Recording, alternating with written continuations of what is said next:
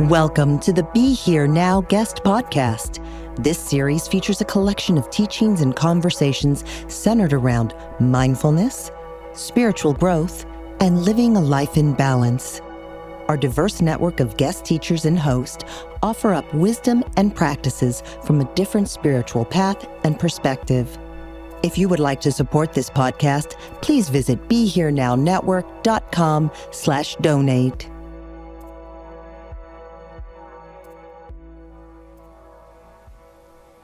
So after these many days of the retreat, we've come to the last two steps of the liberative dependent origination, transcendent dependent arising. And the 11th step is vimutti, usually translated as liberation. And the 12th is the knowledge of liberation, the knowledge of what has been left behind when one person has become liberated. And it's interesting that the steps don't end with liberation. Do you think being liberated should be enough? There's more work after liberation, more steps. So there's one more step, and that's the knowledge of liberation, knowledge of what's happened with liberation. And it's a very significant step. And why that's significant will hopefully come out in the course of this talk.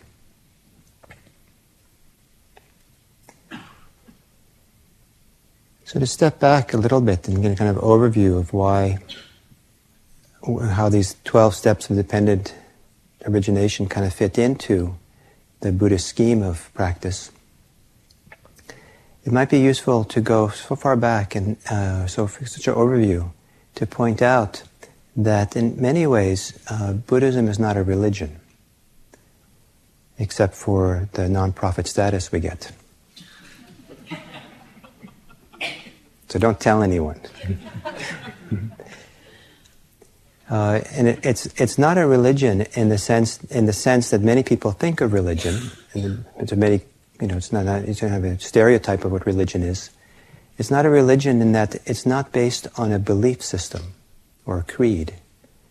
And the very question, what do Buddhists believe, is not really a very useful question because it leads so quickly to the idea that, there's a set creed, doctrine that you're supposed to adopt if you're a Buddhist. And if you read a textbook on Introduction to Buddhism, they'll lay out Buddhist beliefs. This is what Buddhists believed. But it's an odd list because it's things like the Four Noble Truths, the Eightfold Path, the Three Characteristics, and the karma and dependent origination. And the reason why this is odd is that these are not really beliefs, not meant to be beliefs. They're meant to be insights. They're meant to be something we can see for ourselves, not something we have to adopt because the religion tells us so. So if we see, and the word religion is a Western word that Asian countries had to invent. Many of them had to invent a word in their language to translate the English word religion into their language. So the Japanese, for example, in the 1870s or something, when they had contact with the West, invented a word because they didn't have a native word. Imagine a whole country that survived for thousands of years without the word religion. And also in Pali, in the Buddhist languages, there's no obvious word to translate our word religion. But the clearest word for how Buddhists, there's a number of words that Buddhism uses that kind of to self-define itself. But the strongest one, and the one that is often referred to in India, is it's magga or marga, which means it's a path. So instead of a doctrine to believe in, Buddhism offers a path to walk, a path to engage in, a path of practice that leads to seeing in a particular way, seeing something. And And you're not expected to rely on a belief system. You're not expected to try to mold yourself into some idea of what Buddhist texts say is the nature of reality. I think it's a foreign idea in Buddhism. Though many people approach Buddhism that way because of Western kind of preconceived ideas of what religious is.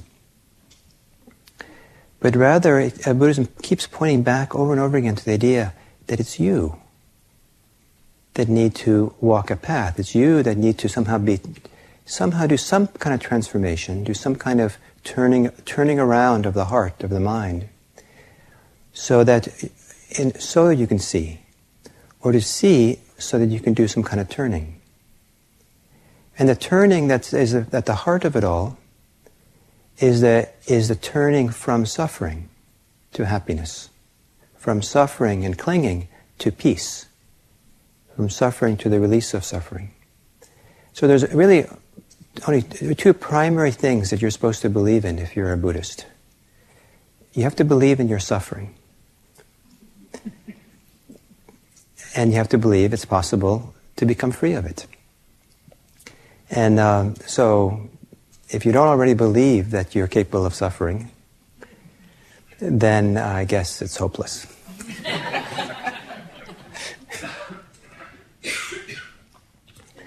Or you don't need this. So, but what's nice about suffering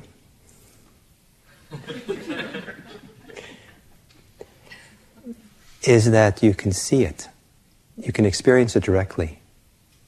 Some of the more metaphysical beliefs that religions are often associated with, it's a little bit hard to kind of see as directly and as clearly as you can see suffering.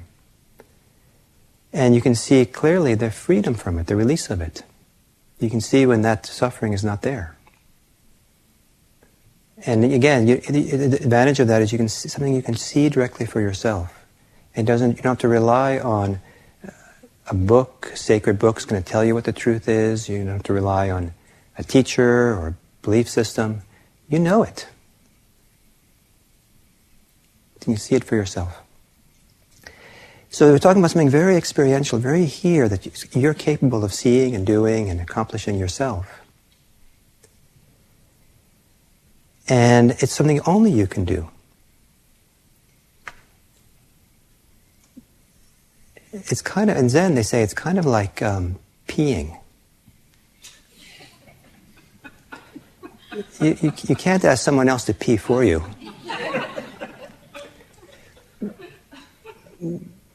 You know, there's some certain things you have to do for yourself. And the path of practice is one of those things. The path of, if you're really going to be free from your suffering, it's really something, you know, it'd be nice if I asked John, can you do it for me? But it doesn't really work that way. So, so if in that it's a path, it's something very personal. It is something very personal, something we personalize. We have to find ourselves in this. Find how it's meaningful for ourselves. Here are the kind of teachings we give, and in a sense, kind of listen carefully and say, how is this true for me? How is this useful for me? How can I take this in a way that's helpful for me? And that's actually a more interesting response. Do I agree or disagree with that? Is that true or not true? It's more interesting actually to say, well, how is this helpful for me? Is there some way, some corner of my life, some way I can take this in? Can I use my intelligence and reflect and think, that's how this would be helpful. And here's where it's not helpful. So there's kind of very personal engagement in the process, entering into it for oneself. So the Buddha offered a path, then. It's something we have to do as we walk. And because the idea of being free of suffering, it's easy to say, let's be free of suffering. But the ecology of the human heart and mind is somewhat complex. The ecology of clinging is quite complex. And so it takes a while. You have to get certain causes and conditions in place in order to really be able to see deeply to do the work. So because of that, Buddha talks about it's a gradual process. And if you use modern psychological terminology, perhaps ideas, just as adults, just the way we understand now childhood through a developmental model of growth through childhood. So the Buddha offered a developmental model of growth for a human being, way beyond childhood, kind of a natural process of becoming mature. And so there, in many ways, the Buddha pointed to different elements of a path, different angles, different parts of it, and with the understanding that the different parts support each other. But you need to have the requisite support or the requisite conditions for which other things to arise from. So, for example, to become free of clinging, that's really tight-held clinging, it's hard sometimes to let go of something we believe in so tightly. But then this process of weakening the drive of clinging, weakening the desire for clinging, weakening our enchantment with the thing we cling to, that can be sometimes it can be sudden, but sometimes it's a slow process. It weakens, gets thinner, and then at some point it's easier to let go. But what supports the process of this disenchantment, this weakening, this fading away of our clinging? And it helps a lot if we can see clearly. Kind of the pivot point, the heart of it all, is this really seeing clearly. So seeing things as they are. Again, emphasis in Buddhism is on seeing, not believing. But what supports our ability to see clearly? It helps to have a stable mind, a steady mind. So concentration is a supporting condition to see clearly. But what supports having a steady mind, steady gaze? It helps to have a sense of well-being and some sense of tranquility. Because if you're agitated and upset, it's hard to see clearly.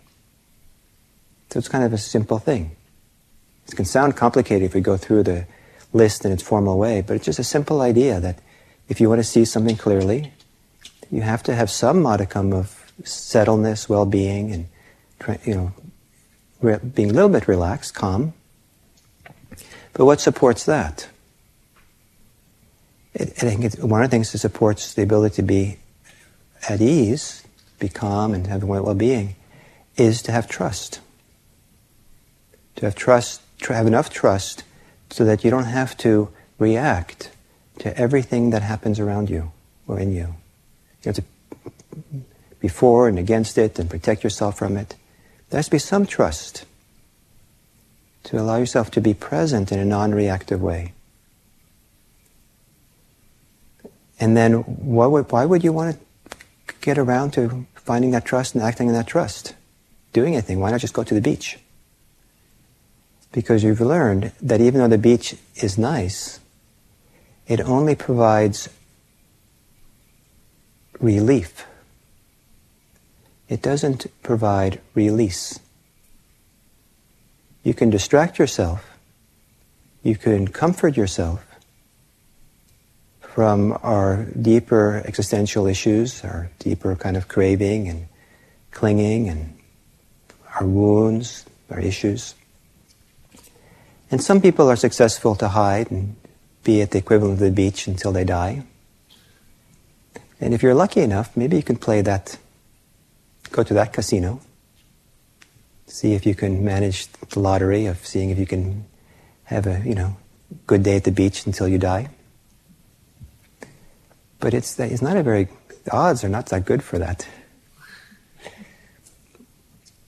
And so, sooner or later we realize that suffering, we have to take it seriously. And so suffering is the beginning of this process. So it's a path, and it's all these different elements. And so we talked about a number of things this retreat. And as you listen to these kinds of teachings, it can be helpful to consider how these things already are true for you. Rather than assuming that we're talking about something lofty and distant, someday maybe I'll understand what they're talking about. run the exercise in your mind to ask yourself, in what way do I already know this? Because a lot of what Buddhism teaches is actually very simple common sense in kind of archaic, ancient Indian lists, given, up on a stage in kind of lofty environments, and, it's all this charisma and mysticism around these things. It seemed like it's really big kind of mystical thing. But it's really, at the heart, really common sense stuff. So to ask yourself, how do I already know this? So, for example, the 11th step of one of the topics of today is liberation. Every single one of you have had some experience of liberation. Now, if you have liberation with the big L, the Big Bang theory of enlightenment, maybe you haven't done that. But I think we should do away from the mysticism and the charisma and the big, glamorous idea of what this enlightenment stuff is, and come down to earth. And what's matter of fact about this? What's simple and obvious? All of you have been liberated from something that you clung to in your life, something you were addicted to, something you held on to, that caused you suffering. I'm pretty confident of that. My 5-year-old son, when he was 5, he had some amazing clingings. And maybe you don't remember when you were 5, but I suspect some of you were similar. So you can't imagine how important it was for my 5-year-old son that when I put the maple syrup on the waffle, that no maple syrup would go in the kind of crack between the maple syrup quarters. There's maple quarters. This was, and then it'd be even worse if some of the maple syrup ended up on the plate. But the plate had to be on the table in a particular way, and the silverware had to be in a particular way next to the plate. This was really important. And the level of distress and suffering that him and his father went through around this issue.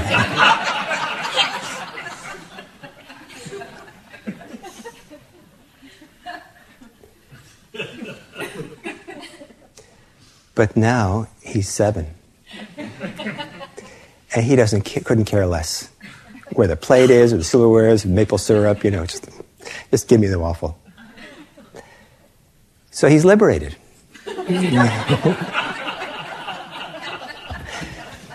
From a particular clinging. I had clingings that I had things I clung to and suffered for when I was a teenager. And I imagine, just like me, some of the things that really got you going when you were a teenager wouldn't affect you anymore now. Who cares? I mean, to go to school with a zit? That was big news. Maybe I shouldn't go to school that day.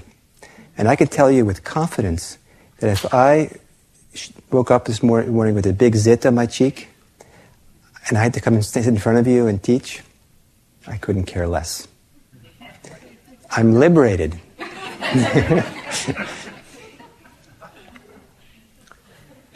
And then there's, then you're in your 20s perhaps, and there's certain kind of things that are really important, certain concerns that are, so, life and death, so important. And at some point as you get older, as apparently Sharda is now old enough, certain things...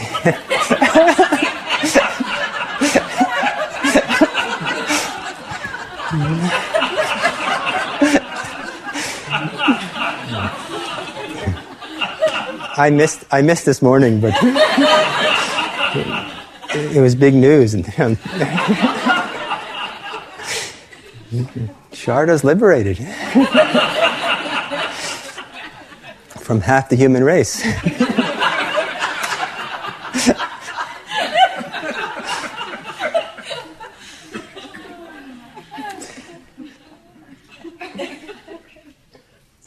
And then as you get older, there's other things you get liberated. Sometimes you look back and say, what was I thinking? when I was younger? What was I thinking back then? Holding on to that. That was so important. Senses of self. Putting all our kind of sense of security and happiness and well-being in particular areas. This person's going to do it. This job's going to do it. This thing's going to do it. This whatever. And some of this, we grow up slowly and get older and get wiser, and some of it perhaps is as we get older. It's a certain age, somewhere around the age 50, I think. It varies, give or take 10 years maybe. That they start seeing the horizon. And it makes a difference to see that horizon. And you realize, maybe I should start making my priorities now come into a different kind of focus when you realize only a certain amount of time left. And so then certain things that were so important, you realize, well, maybe they're not that important. And so we let go. There's a liberation that goes on. And some of it naturally happens as we get older. What retreats are about, or Buddhism is about, is premature aging.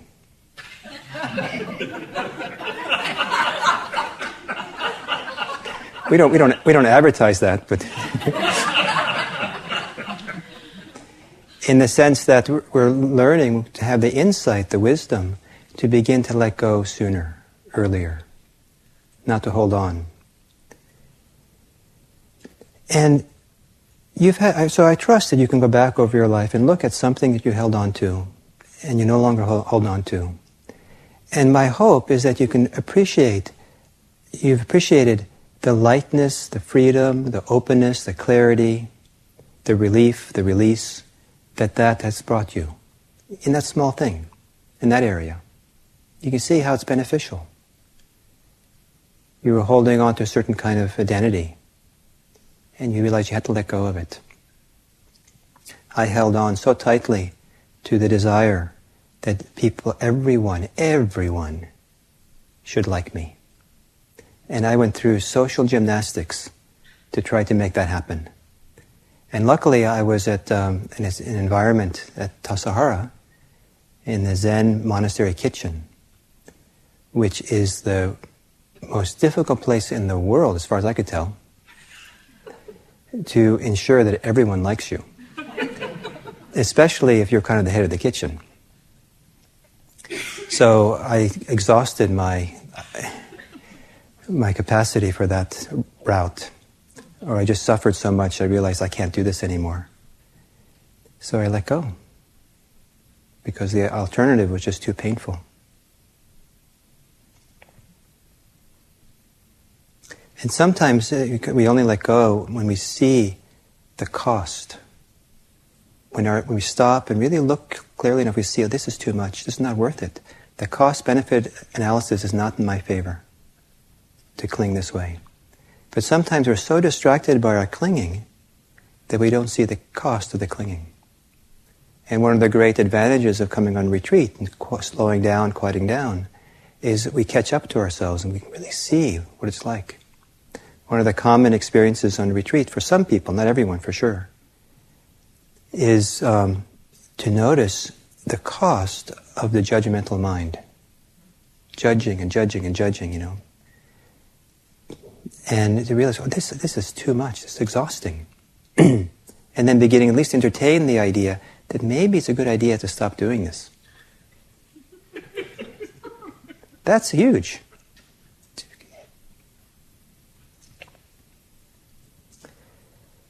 So you all have some experience of it. And then how can you build on that experience? How can that experience maybe give you some confidence at the beginning of these steps? Confidence that it's possible perhaps to do it more thoroughly, more completely. It's worthwhile to kind of stretch yourself, challenge yourself, to go look further, look more deeply. Are there other areas of your life that you can release, let go of? How much are you willing to be challenged?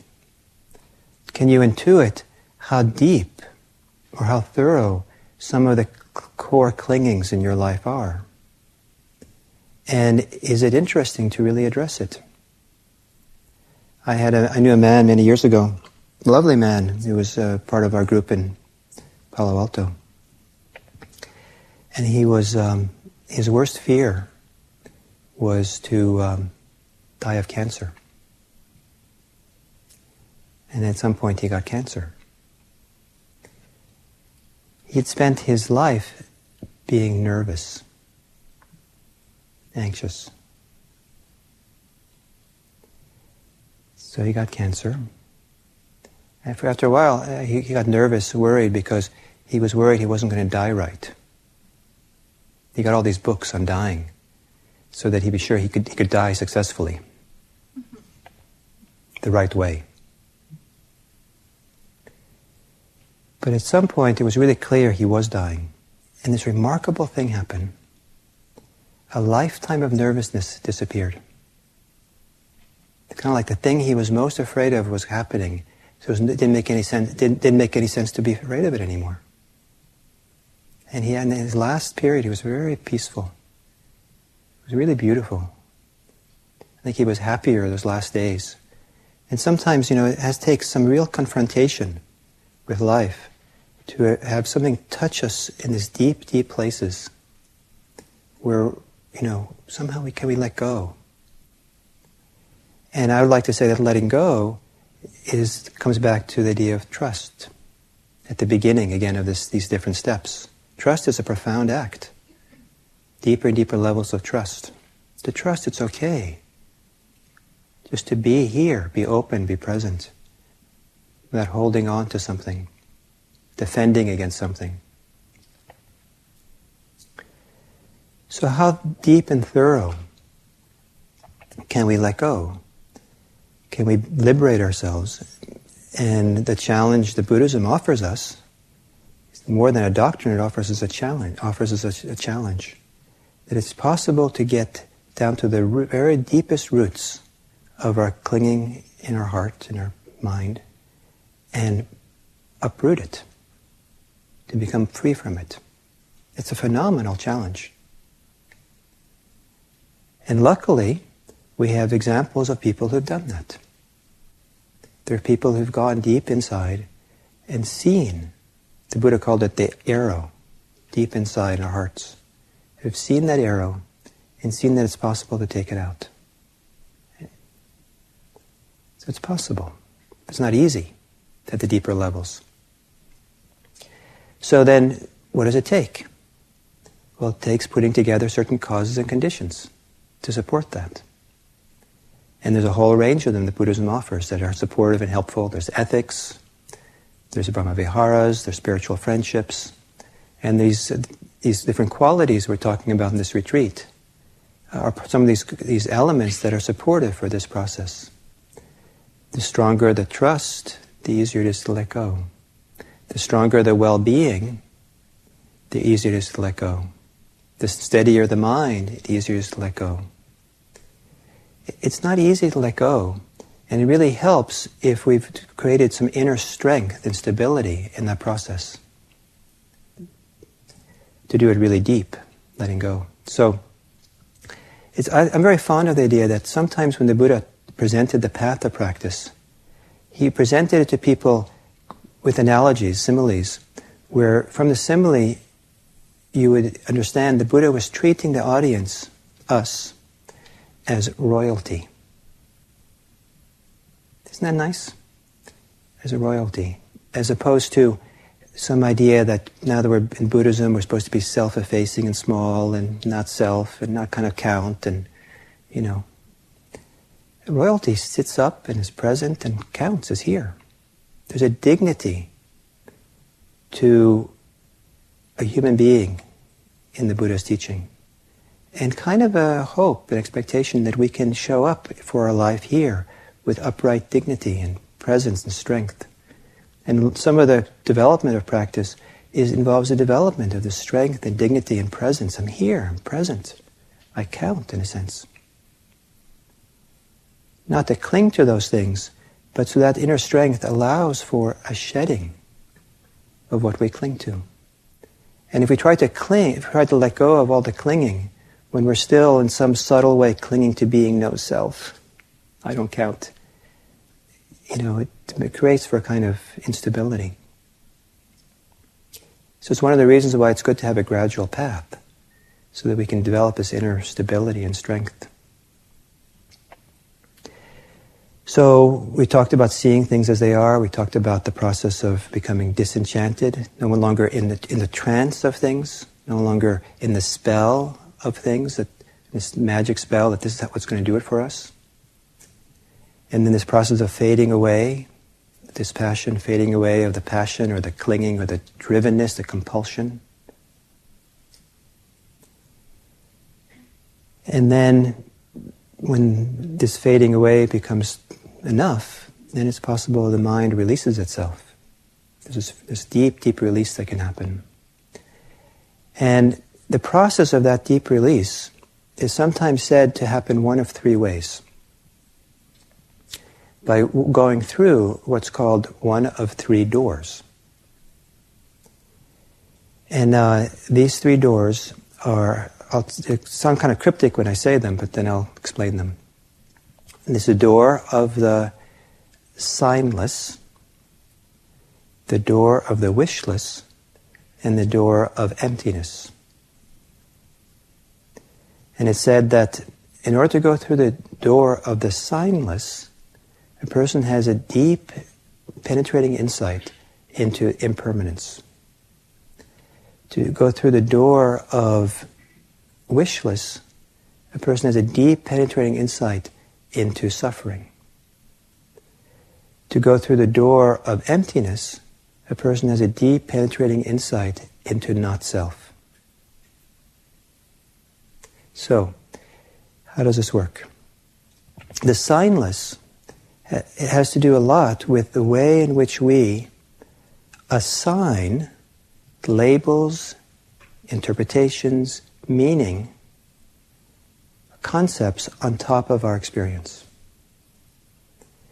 Some people are experts at this, where everything that happens to them, they're looking and trying to fit it into a category, into an idea, into preconceived ideas, into some kind of value for themselves. This means, this says this about me, that says something else about me. Kind of assigning, this means all kinds of things. My favorite this means story, one of my favorite, is Sylvia Boorstein called up the San Francisco Zen Center many years ago to go there and be a guest. And the guest manager was not there when she called. And she was told that Robert would call her. So Robert called her, but she wasn't home. He left a message. So then Sylvia called back to Zen Center to talk to Robert. But Robert wasn't there then when she called. So then Sylvia said to the receptionist, I guess this means that I shouldn't come to Zen Center. And the receptionist said, no, I think it means that Robert's not here.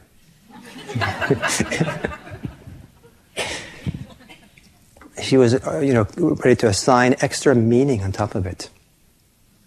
And we assign labels on people, on ourselves. Good, bad, worthy, not worthy, dangerous, not dangerous, helpful, not helpful. All kinds of ideas we put on people. And the mind can be very quick in assigning. And sometimes the mind is on this constant roll of scanning the horizon, scanning the world. For example, if people feel unsafe, the mind is always scanning to assign meaning, to interpret, to figure out what does it mean, each and everything that goes on. Everything gets a label.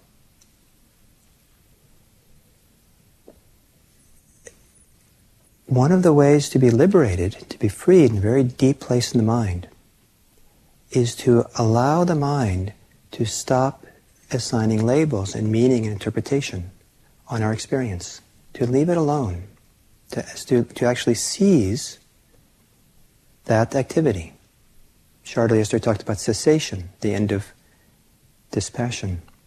To seize that activity of the mind is always looking out there and naming and the experience. And that, it's said that tendency for the mind to stop labeling, stop assigning meaning, occurs when we've really taken in, understood, seen deeply impermanence. How incredibly transitory our experience is. In some very deep, kind of all-pervasive kind of way. So pervasive that as you scan and look around in all your experience, in all directions, the whole world, you see nothing that's stable. And you realize that you need some kind of stability in order to make sense to apply a label, an interpretation. And it's like, if you try to do water paintings on a river, on a roaring river, it's not going to work, right? If you have everything always in motion and moving, and you try to paint over it with our concepts, it doesn't work. And then if you can see that clearly enough, the mind will give it a rest. Give it a break. Stop. Rest. Be still. But the ancient texts that talk about this say something very interesting.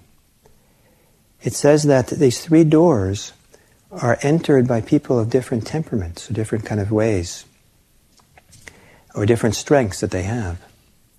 And the door of impermanence and the signless is entered by people whose strength and practice is resolve. Strong resolve. And there's something kind of paradoxical, right, about seeing impermanence and seeing it with this great resolve. It's kind of like stable, stability, presence, the strength. But the resolve to have the mind, be willing to let the mind become still. This is what concentration partly is about, it's letting the mind become still. And the odd thing about stillness is that the more where the mind is agitated, caught up in the world of concepts and ideas, the more we tend to see things as being stable or permanent or something. But the stiller the mind comes, the more we see the world is actually constantly in flux. So the idea of resolve, that's a kind of strength. So with that strength, you see impermanence. The door of the signless can open up. The door of the wishless means the door of not having any desires. And some people are oriented towards life with everything's about wanting something or not wanting something. People who are trying to control everything are this type, always trying to want something to be a certain way, controlling things, wanting it to fit a certain way. Desire or aversion is constantly the constant kind of flow of life. Our mind is always operating that way. It's really amazing, it's humbling to see how subtle and constant the movement of wanting and not wanting can be. You can see it sometimes in deep, deep stillness and meditation. It's so nice, so peaceful. I think I want a little bit more peace. Kind of lean into this, more.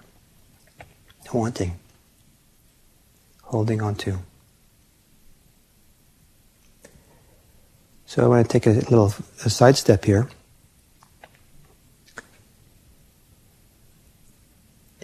So the Buddha talked about a path of practice, with all these wonderful qualities that hopefully get developed in the process. But some of the very qualities that are being developed can also become the hindrance, the barrier to further progress. And there's a wonderful list called the distortions of insight, the corruptions of insight. It's a wonderful list because it's the things that many people thought it was all about. So the first in the list is maybe most people don't think necessarily this, but is the experience of luminosity, enlightenment, luminosity. But then other things like faith, strong mindfulness, strong resolve, strong equanimity, a strong resolve. I forget all of the whole list. But you've been practicing along, developing your resolve, developing your faith, developing your equanimity, developing your mindfulness. Knowledge is another one. You really strong sense of you really understand things really well. Finally, it all makes sense. All these things, wasn't that the point? And they're hindrances because as long as we take a state, an experience, as the point, we interrupt the flow of seeing. we interrupt the process of seeing in such a way that we can release ourselves from all experience. There's no experience which is the point.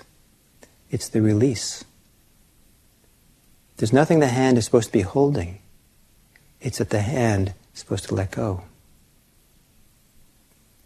And so even these states that are useful, if there's attachment to it, or if we assign meaning to them, what this means that I'm successful, or we have desire for them, they interfere.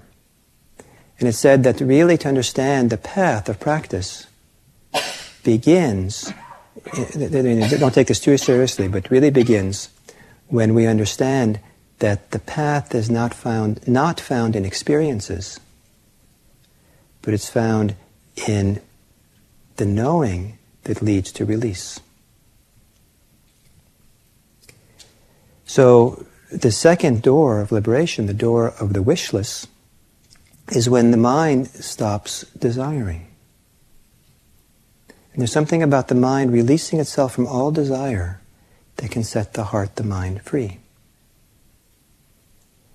And it's said that the way to see that is to really have a very penetrating insight into suffering. The unfortunate thing about these is that apparently people can't choose which of these doors to go through. Some people are just given the suffering door. And so really see the nature of suffering. And it makes some sense. If you really see how unsatisfactory everything is, it's the deep unsatisfactory, deep disenchantment. Sooner or later the mind will, enough of this. Let's go of desiring. Desiring just this dead end. But then it's more interesting because the ancient texts say that it's the people who have really strong tranquility that go through the door of the wishless, who see suffering in this deep way. And this juxtaposition of deep tranquility, peace, and experiencing suffering in a deep way. So we're not the victims of that suffering. We have a certain maturity and openness and spaciousness to hold it all. And in that tranquil approach of seeing it, the tranquility, then something can let go. And then the emptiness door has to do with penetrating insight into not self. And independent of belief systems around no self, not self, true self, all these ideas of self, remember, Buddhism is not about a belief, but rather about insight, seeing. And if we see, many people can see that in their minds there's a tendency to identify, to self, to take things as self, to build up a sense of self, to defend a sense of self.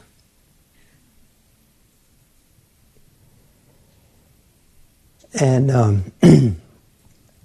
remember once I went to Abhayagiri Monastery to visit the monks, and with a group of people, and we all thought about bringing some food as an offering to the monks. So my friends had all kinds of wonderful lunch foods, and it was really great.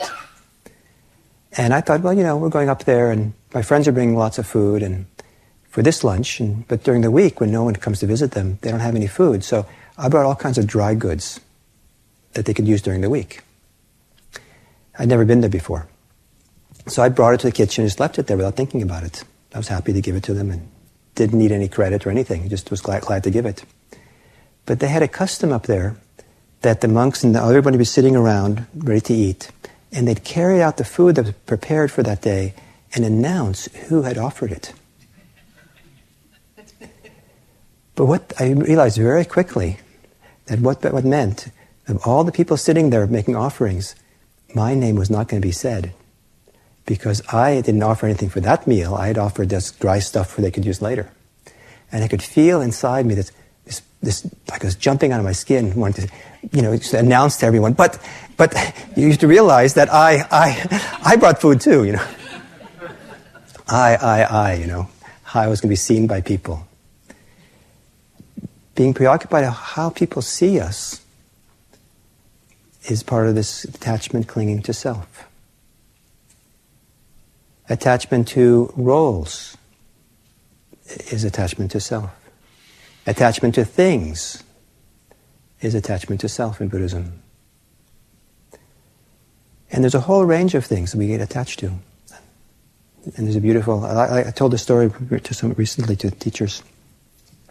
I think it was Sharda who talked about someone about the example, maybe Mary Grace, about kids when they're 2, you ask them, who are you? And they say, that's John and Sharda and different people, and they laugh.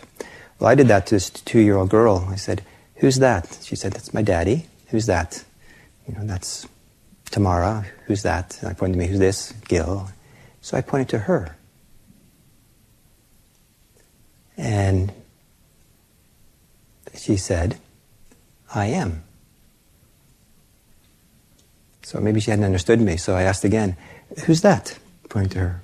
And she said again, I am. So I'm kind of slow. So I asked her a third time, who's that? And she stood up really tall and dignified and royal. It was really something to see. And she looked right at me and she said, I am.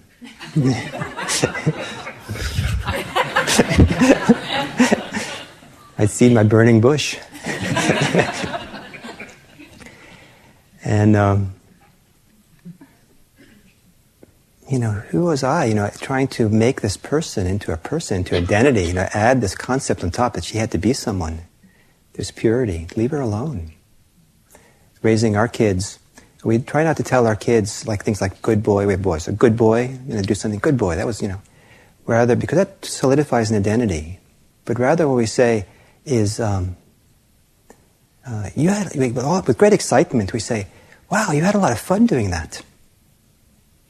As opposed to, wow, you're the next Einstein, great. Well, you had a lot of fun. To protect them from that kind of quick development of identity that we form around ourselves.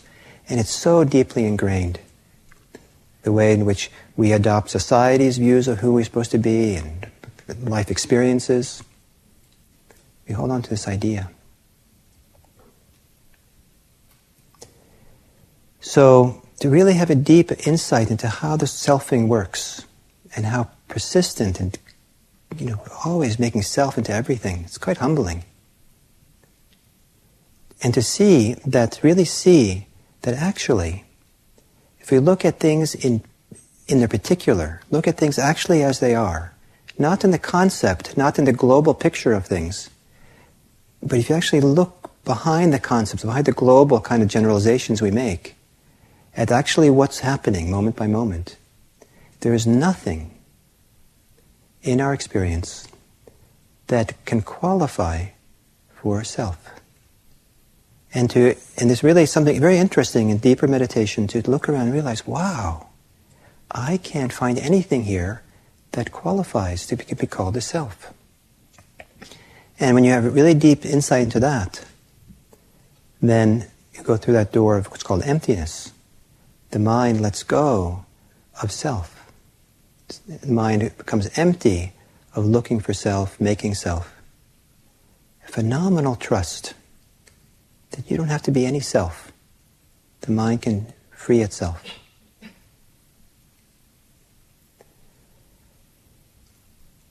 So this deep insight into into impermanence, into suffering, into not self, are really the profound doors that support and help this process of becoming free. It's said in one place that the Buddha said that if you have a clear insight into impermanence, you will become disenchanted with suffering. If you have a clear insight into suffering, you'll become disenchanted with suffering. If you have clear insight into not self, you'll become disenchanted with suffering. Can you imagine? Did you realize that you were enchanted with your suffering? People are enchanted with suffering. What does that mean? And what does it mean to be disenchanted with it? To let go of the preoccupation with it, the desire, the assigning a meaning to it, the making of self in the middle of it. So that release is possible. And it's really in our best favor to do it, because it's only suffering to cling.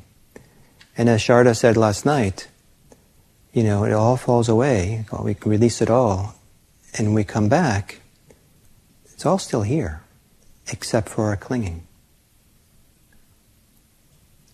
But it's not quite that, it's a little bit more. Because if we let go, to the degree to which we've let go, maybe things come back, but then there's a kind of beginning to be a reevaluation of this world that we've come back to. And there's hopefully a deeper trust, a deeper understanding, deeper trust about the nature of suffering and clinging, and deeper confidence that it's okay to let go. And perhaps a deeper understanding that, that some of the things that I'm still holding on to and clinging to maybe don't quite make the cut. Maybe not so useful anymore.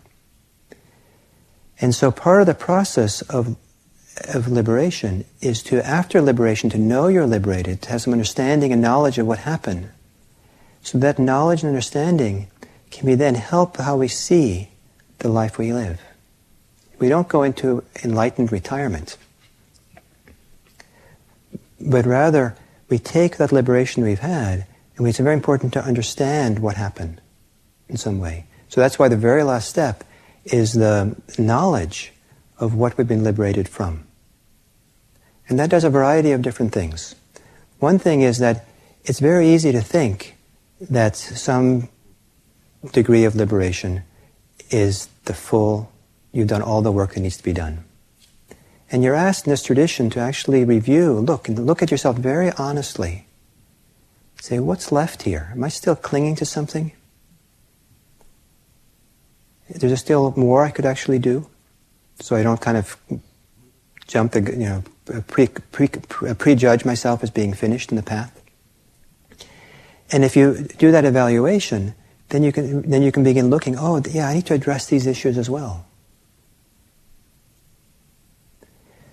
Also, by stepping back and looking at what happened, it's also to begin understanding how it happened. And that's very important. And I'll use this analogy to explain it. I hope you're still with me. Are you still with me on this journey?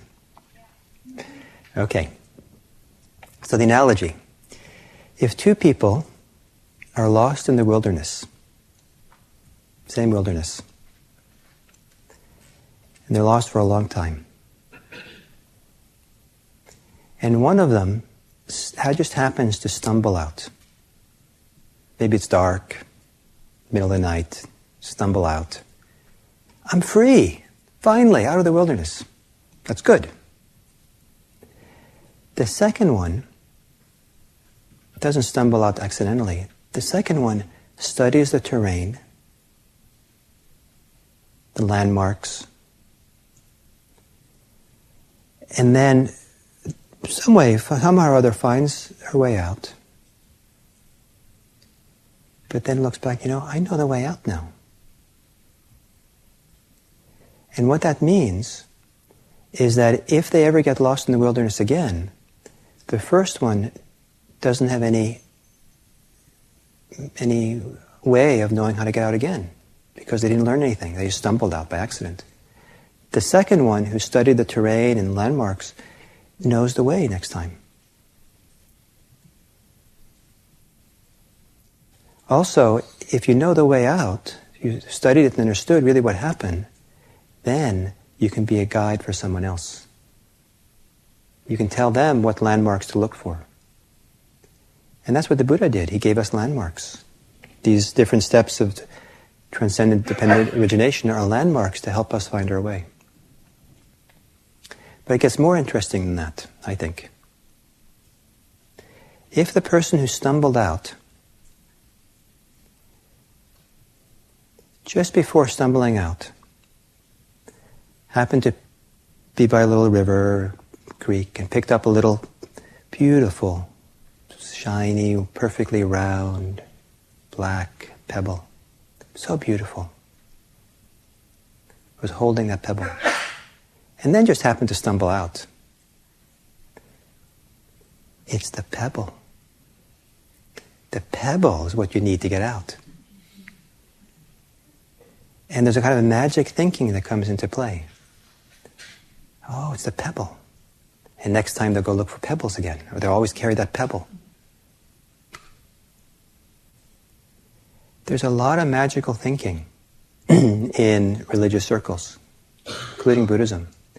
One of the forms of magical thinking in Vipassana is the thinking that if you just sit long enough, you'll get enlightened.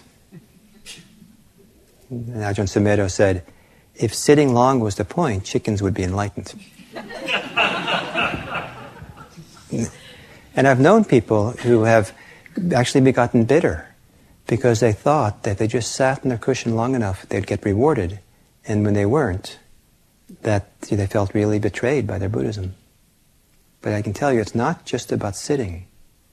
Sitting is kind of like the form that helps us to see, to look, what's happening here? What's happening here? And in fact, there's a lot of mystery in life. It's beautiful, the mystery in life. The wilderness is a great mystery. It's beautiful to be inspired by the mystery of the mountains and the rivers and it can be awesome to be so, the beauty of it and the harmony of it. It's really a mystery. It's also a mystery when the bear comes and eats you. It's a lot of mystery. The Buddhism, the Buddhist practice, is the end of mystery.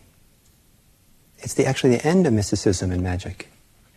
Not because there isn't mystery in this universe, but because the path is not meant to stay mysterious. The path is meant to be something that we understand clearly. You're supposed to understand clearly that if you clench your fist long enough, that your fist is going to hurt. There's no mystery to that. And then if you release your hand, that your hand will be free of that suffering. So then finally, liberation is followed by understanding, knowledge. And one of the key knowledges, not one of the key knowledge that can come from almost any kind of liberation, small or big, is not, you don't have to find this insight, this knowledge. But I encourage you to look for it because it's probably there. And that is insight or knowledge of how the Four Noble Truths work. And the Four Noble Truths is the key insight for dependent origination, the key insight of the Buddha, the key insight of practice, the key ending of mystery. So we really see, this is how it works. And to see the application of this orientation, this perspective, and how we might not, there's a lot of things we don't understand, but we can understand clinging and the release of it. So I'll end with this. The Four Noble Truths, Satya, Arya, the Noble Truths, are usually, Pali words are translated into English, usually as the Noble Truths. The Noble Truth of suffering, the Noble Truth of the cause of suffering, so forth. But the words in Pali, the grammar in Pali, can be translated into English that way. The Noble Truths, the Noble Truth of suffering. But the Pali grammar allows for a different translation, different meaning as well. And in fact, the Theravadan tradition, down through the centuries, has preferred the meaning I'm about to give you. So the preferred Theravadan meaning is not the Four Noble Truths, but rather it's the Four Truths of the Noble Ones. The people who have had some experience of release, of freedom, will now see the world through these perspective. They'll see suffering. When they'll see the freedom, they'll see the clinging, and they'll see the cessation from it. and how to behave to support all that. Not because you're supposed to be kind of depressed, dour Buddhist looking at suffering, but when you look at this amazing, mysterious, wonderful, special world we live in, as we look out at it, if we can pick out, see clearly, those four aspects of our experience when it's occurring, then we don't have to muck it up. We don't have to add the clinging to the experience. And the noble ones, the dignified ones, is meant to become you. That you can become a noble, you can become a dignified person who has this really deep insight into these things which are considered very simple, basic Buddhist teachings. They're incredibly profound. It's the end of mystery and the beginning of freedom, of release, of happiness, I hope. There is a way, and you can walk that way.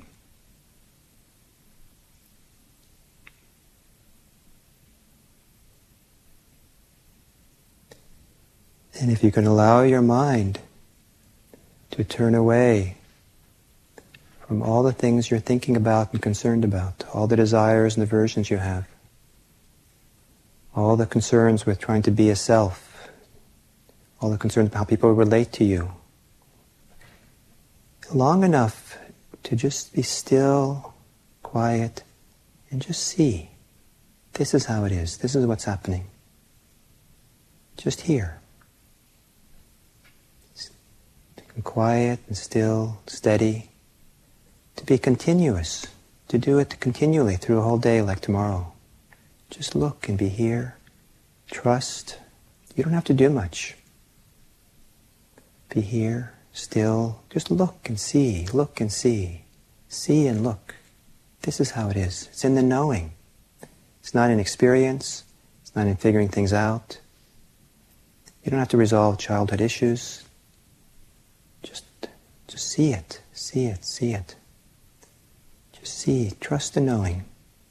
And when the knowing becomes strong enough, it'll support your ability to see that you don't have to cling. And perhaps you'll step through a door. It may be a small door, maybe a big door, but a door of the signless, door of the wishless, door of emptiness. And the other side of that door, you will find your dignity. You will find your strength. You'll find your peace, and you'll find your happiness.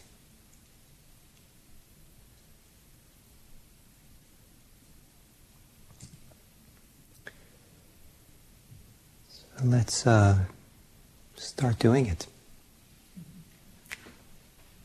Now is as good a time as any.